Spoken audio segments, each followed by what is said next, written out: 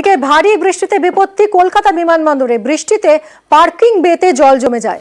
বিমানবন্দরের পার্কিং বের ছবি এই মুহূর্তে আপনাদের দেখাচ্ছি। জল সরাতে 8টি পাম্প চালু বিমানবন্দরে।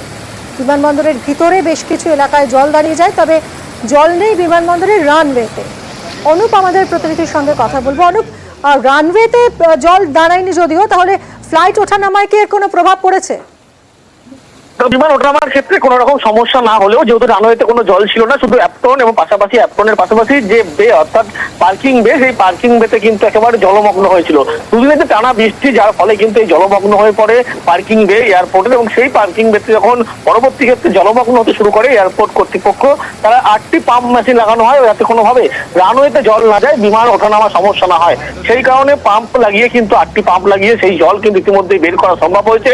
সকাল থেকে যে সমস্ত যাত্রী বিভিন্ন গন্তব্যস্থলে যাবে বা আসবে, তাদের জল পেরিয়েই কিন্তু যেতে হচ্ছিল। কিন্তু বিমান চলাচল স্বাভাবিক সকাল থেকে যেমন ছিল, কিন্তু এই মুহূর্তে বিমানবন্দরের পরিস্থিতি একেবারে, যেখানে অ্যাপ্রনে জল ছিল তার পাশাপাশি ট্যাক্সি বে, অন্যদিকে পার্কিং বে অর্থাৎ বিমান যেখানে দাঁড়িয়ে থাকে, এই প্রত্যেকটি জায়গায় কিন্তু জল এই মুহূর্তে নেই, জল নামানো সম্ভব হয়েছে, এমনটাই বিমানবন্দর কর্তৃপক্ষ তারা জানাচ্ছেন। ধন্যবাদ অনুপ।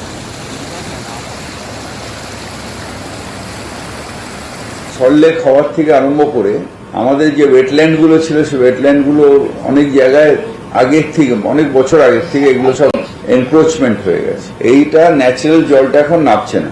অথচ যে সময় বাইপাস তৈরি হয়েছিল সেই সময় ড্রেনেজটা তৈরি করা হয়নি। এখন আমরা কলকাতা কর্পোরেশনের হাতে টোটাল বাইপাসটা নিয়ে আমরা একটা কম্প্রিহেন্সিভ প্ল্যান করছি, যেখানে ইউটিলিটির জন্য আলাদা টানেল থাকবে, মেকানিক্যাল ম্যাস্টিক দিয়ে বাইপাসটা পুরো তৈরি করা হবে। শীতের সময় কাজটা শুরু হবে। অন্যদিকে রাতভর বৃষ্টিতে জলমগ্ন হয়ে পড়ে কলকাতারও একাধিক এলাকা।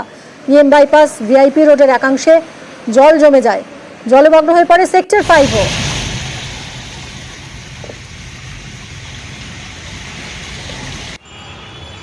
পাতিপুকুর আন্ডারপাস, প্রত্যেক বছরই এখানে বর্ষায় ঠিক এই ছবিটাই ধরা পড়ে। এর কোনো উন্নতি হয়নি এবারও। পাতিপুকুর আন্ডারপাস জল থই থই, গাড়ি চলাচল বন্ধ আন্ডারপাসে। জল দাঁড়িয়েছে ইএম বাইপাসেও। ভিআইপি রোডের একাংশ, সেই ছবিও দেখাবো আপনাদের। হলদিরামের সামনে ভিআইপি রোডের একাংশ দেখুন, সেখানেও জল দাঁড়িয়ে যায়। কি বলছেন কলকাতার মেয়র, শুনুন।